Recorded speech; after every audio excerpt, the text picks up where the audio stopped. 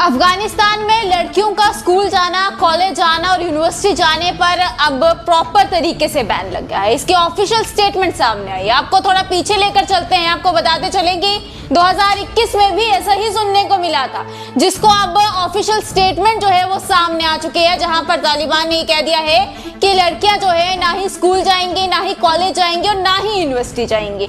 अब उनके लिए स्ट्रिक्ट रिस्ट्रिक्शन जो है वो लग चुकी है, वो अब घर पर ही बैठेंगे। अब इसका नुकसान क्या होगा, क्योंकि जितने भी हेल्थ सेंटर्स है, एजुकेशन सिस्टम्स है, वहां पर अब कमियां देखने को मिलेंगी।